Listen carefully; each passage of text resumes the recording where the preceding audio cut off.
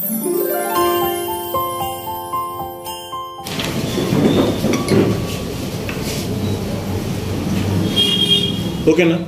ముందుగా పత్రికా విలేకరులందరికీ నమస్కారములు. ముఖ్యంగా ఏంటంటే దళిత సైన్యం నూతన కమిటీ, జిల్లా కమిటీ వేయడం జరుగుతుంది. అదేవిధంగా దళిత సైన్యం జాతీయ అధ్యక్షులు విఎస్ఆర్ శ్రీలం గారి ఆదేశాల మేరకు దళిత సైన్యం కడప జిల్లా కమిటీ నియమించడం జరిగింది.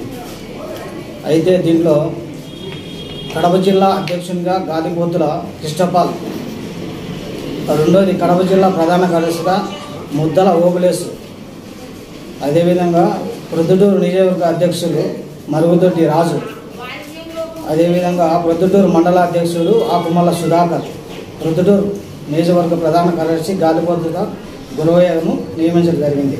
ఈ సందర్భంగా తల్లికి వందనం సంబంధించిన పథకంలో కొన్ని సాంకేతిక సమస్యల వలన కారణంగా చాలామందికి రావడం లేదు.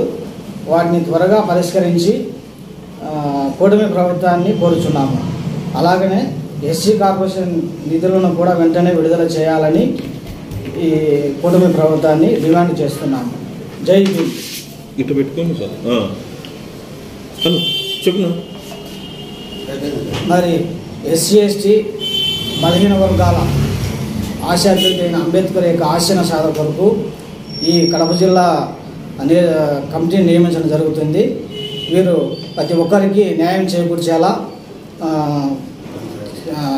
చేయాలని వీళ్ళకు నియమించడం జరుగుతుంది. జై భీమ్.